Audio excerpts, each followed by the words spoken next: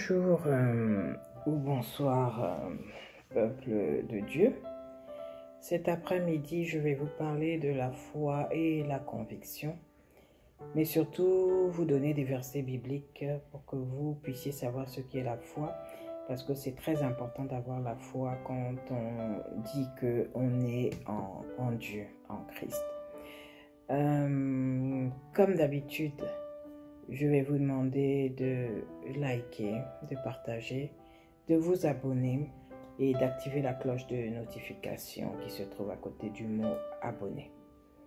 N'hésitez pas à m'écrire sur mon mail pour ceux qui le veulent et pour ceux aussi qui aimeraient savoir peut-être où je prie, parce qu'on est plus dans un groupe restreint. Voilà. Alors, la foi, c'est avoir l'assurance qu'il nous sera fait tel qu'il a été dit par Dieu.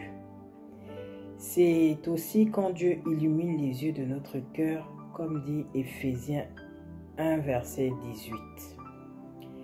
Ces yeux qu'il nous a donnés au commencement avant que Adam et Ève ouvrent d'autres yeux en mangeant donc le fruit défendu. Ce qui nous a menés donc à la mort. On doit marcher par la foi, pas par la vue, parce que la vue, ça tue.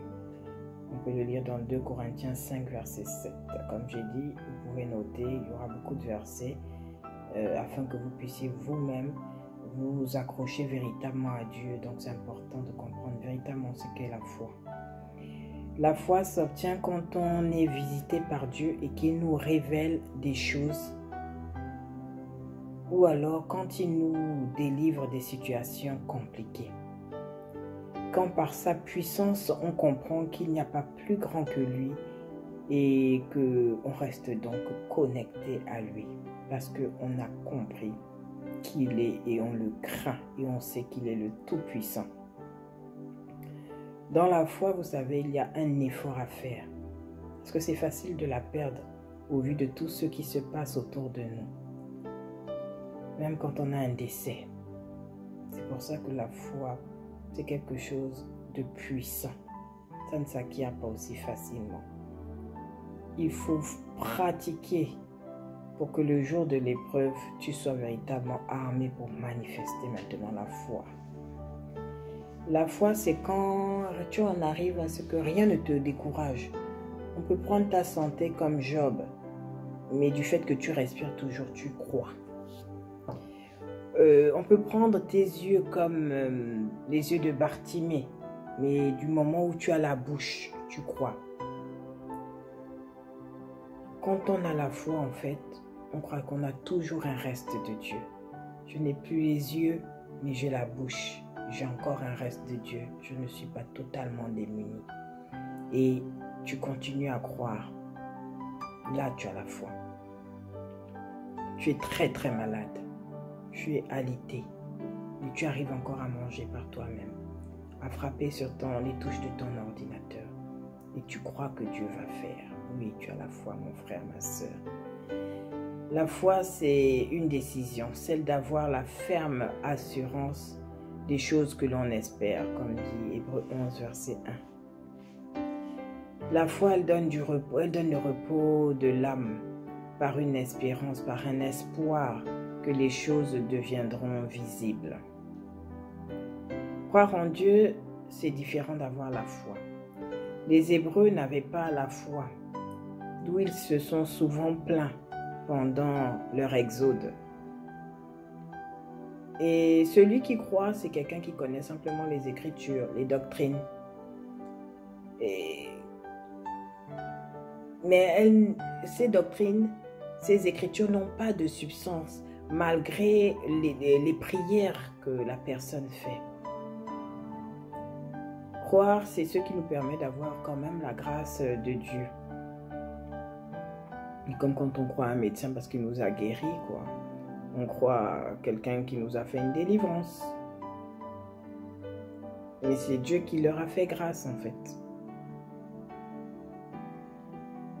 La foi, c'est croire aux bénédictions promises.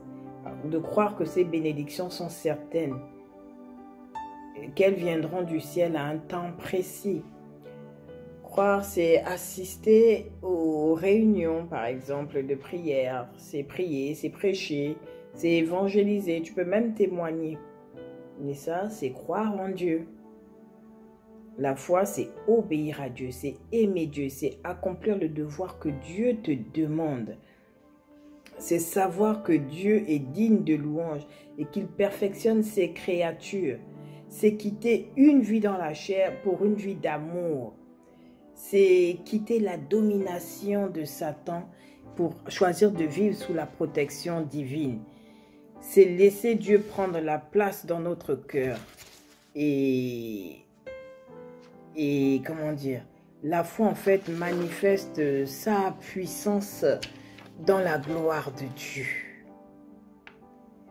Dans l'acceptation de la volonté divine. Et non pas notre volonté. La foi, c'est aussi croire à la souveraineté de Dieu, à sa toute puissance. La foi, c'est ce qui nous permet de bénir Dieu en tout temps, comme dans Job 1, verset 21. Dieu reste éternel et il est béni, même s'il te reprend tout. 1 Jean 5, verset 4. Dit que c'est la foi qui va triompher de ce monde. Oui, ceux qui auront eu la foi, je crois que ce sont eux qui seront victorieux. Romains 1, verset 16 à 17 dit que le juste vivra par la foi. Donc il faut absolument chercher à obtenir cette foi. La foi nous donne même une puissance, dit Luc 17, verset 6. Non, la foi nous donne une puissance. Et Luc 17, verset 6 nous demande d'avoir une foi même comme un grain de sénévé, de manière à pouvoir même déraciner des plantes sans les toucher et les planter dans la mer, de manière à pouvoir déplacer les montagnes. Jacques 2, verset 17 parle de la foi qui fonctionne par des œuvres. Et quelles œuvres? 1 Corinthiens 13, verset 13 nous le dit. Qu'entre l'espérance, la foi et la charité est la plus grande, donc il faut être bon avec les autres. Sinon, on n'est rien. Sinon, ta foi ne peut pas fonctionner si tu n'as pas la bonté. Et 1 Timothée 5, verset 8 cible la famille. Il faut prendre soin de ta famille. Il faut avoir la charité. De la charité, la foi aussi naîtra. Ta foi sera comptée. Parce que tu aimes les autres. C'est un peu plus explicite. Et là, j'ai envie de parler de foi et de conviction. Donc, je ne vais pas m'attarder sur cette partie. Peut-être que j'en parlerai plus tard. La foi, donc, nous donne la paix. Romains 5, verset 1. Et le salut de nos âmes en 1 Pierre 1, verset 9. La foi produit... la foi, oui, produit la patience nécessaire devant l'épreuve. Ça, c'est encore Jacques 1, verset 2 à 3 qui le dit. On ne se précipite pas quand on a la foi. Quand on a la foi, on attend, on reste à son poste, comme dit Habakkuk, que je citerai peut-être un peu plus tard. La foi est souvent un don de Dieu. Ah, la foi, un don de Dieu? Oui. La foi est souvent un don de Dieu. Vous voyez, il y a Noé, il y a Abraham, il y a Enoch, il y a Isaac. Tout cela, ils sèment dans la sécheresse. Et si tu n'as pas la foi, tu ne peux pas semer dans des conditions pareilles. Même Sarah, on peut voir tout cela dans Éphésiens 2, verset 8. La foi, c'est donc une collaboration entre l'homme et Dieu. Vous voyez, quand Moïse va ouvrir la mer, c'est une association qu'il a avec Dieu. Dans Josué 5, le chef de l'armée, c'est Dieu en fait qui lui donne Jéricho en possession à Josué. Ce n'est pas des capacités qu'on a seules. Donc la foi va avec une collaboration divine. Donc pour avoir la foi, il faut véritablement reconnaître la puissance de Dieu.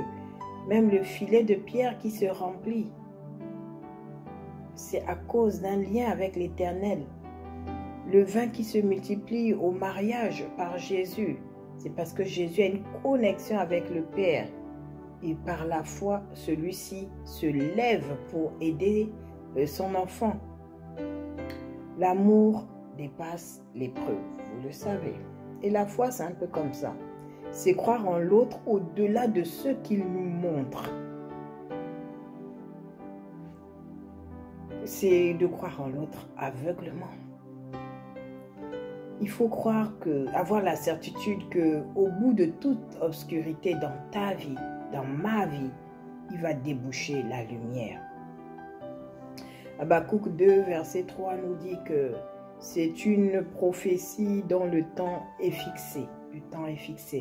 Elle marche vers son terme et elle ne mentira pas. Si elle tarde, attends-la, car elle s'accomplira certainement. Voilà la manifestation de la foi. Tu ne bouges pas quoi qu'il arrive, tu crois en Dieu. Tu n'as plus rien. Tu es humilié, tu es terrassé. Tout le monde se moque de toi, te méprise. Reste là, reste au poste. Ta bénédiction arrive. Elle va te trouver à ce lieu. Ne bouge pas. Ne faiblis pas. Même si tu pleures et essuie tes larmes, mais garde ta position. La prophétie s'accomplira certainement. Donc là, j'ai parlé de la foi. Cette foi que tu dois vraiment garder pour toi devant Dieu en tout temps. Et je voudrais aussi parler de la conviction. Romains 14, verset 23 nous dit que tout ce qui n'est pas le produit d'une conviction est un péché. Et Romains 14, verset 22 nous dit « Heureux celui qui ne se condamne pas lui-même dans ce qu'il approuve. » La conviction, c'est une certitude fondée sur des preuves évidentes. Une croyance absolue. On est convaincu, c'est ça la conviction.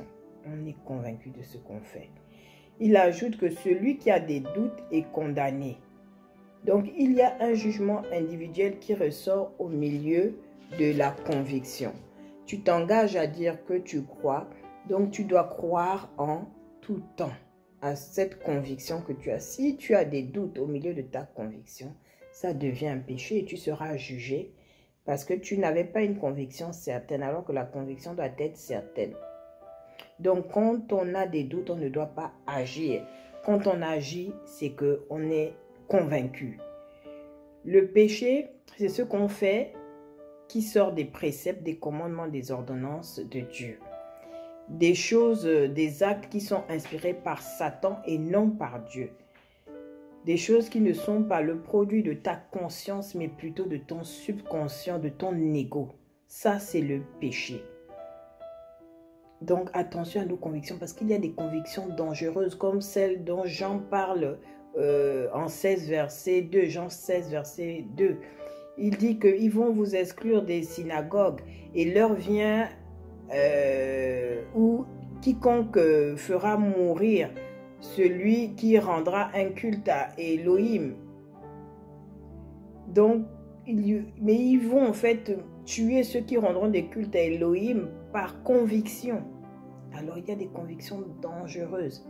Celles qui relèvent de l'erreur, celles qui relèvent de l'aveuglement et de l'envoûtement, celles qui relèvent de la dureté de votre cœur, celles qui relèvent de l'orgueil. On ne peut pas vous dire que ça, c'est mal et vous arrivez à l'identifier, que vous commettez une erreur en jugeant les choses comme ça. Ouvrez les yeux, analysez. Les gens refusent de le faire. Et là, vous êtes dans une conviction dangereuse qui va vous tuer. Dieu n'a pas changé en dehors des lois bien précises, comme le meurtre, le vol, etc. Les valeurs indiscutables, il n'a pas changé. Mais pour le reste, Dieu regarde surtout à notre cœur, à notre attitude. Ce qui est occasion de chute pour nous ne l'est pas obligatoirement pour l'autre. Donc, ne cherche pas à perdre ton temps à chercher comment Dieu jugera quelqu'un. Parce que Dieu peut permettre certaines choses à une personne, mais pas à une autre. Et toi, tu n'as pas cette connaissance révélée. La Bible nous dit qu'ils sondent les profondeurs. Ils ne sondent pas l'apparence. Donc, comment on appelle 2 Timothée 3, versets 4 à 5 dit en gros qu'il y a certains qui peuvent porter des foulards, mais qui n'ont aucune conversion visible. C'est juste donc leur apparence qui semble une apparence de piété. Mais Dieu ne regardera pas à cette personne fausse parce qu'elle s'est habillée ou bien elle parle comme une grande chrétienne. Dieu va même préférer celle qui a la mini-jupe et qui la met sans aucune arrière-pensée. Vous voyez, la conviction, elle est personnelle. Et Dieu sonde notre cœur, les profondeurs, et non notre apparence. Parce que l'apparence, ce n'est rien pour Dieu. Romains 14, verset 5 dit que chacun ait en son esprit une pleine conviction. Adam et Ève étaient nus. L'apparence ne gênait pas Dieu. Nous n'avons pas tous les mêmes occasions de chute. Tite 1, verset 15. Tout est pour ceux qui sont purs, mais rien n'est pur pour ceux qui sont souillés et incrédules. Leur intelligence et leur conscience sont souillées. Tout est pur pour ceux qui sont purs, mais rien n'est pur pour ceux qui sont souillés et incrédules. Leur intelligence et leur conscience sont souillées. Alors ayons la foi, ayons la conviction des actes que l'on pose afin d'être éloignés du péché. Sans la foi, le péché nous guette, parce que sans la foi, facilement on abandonne pour retourner dans le monde. Soyez bénis, peuple de Dieu, que ce léger message, mais surtout ce don de passage biblique pour vous parler de foi et de conviction puisse apporter à quelqu'un un bénéfice cet après-midi.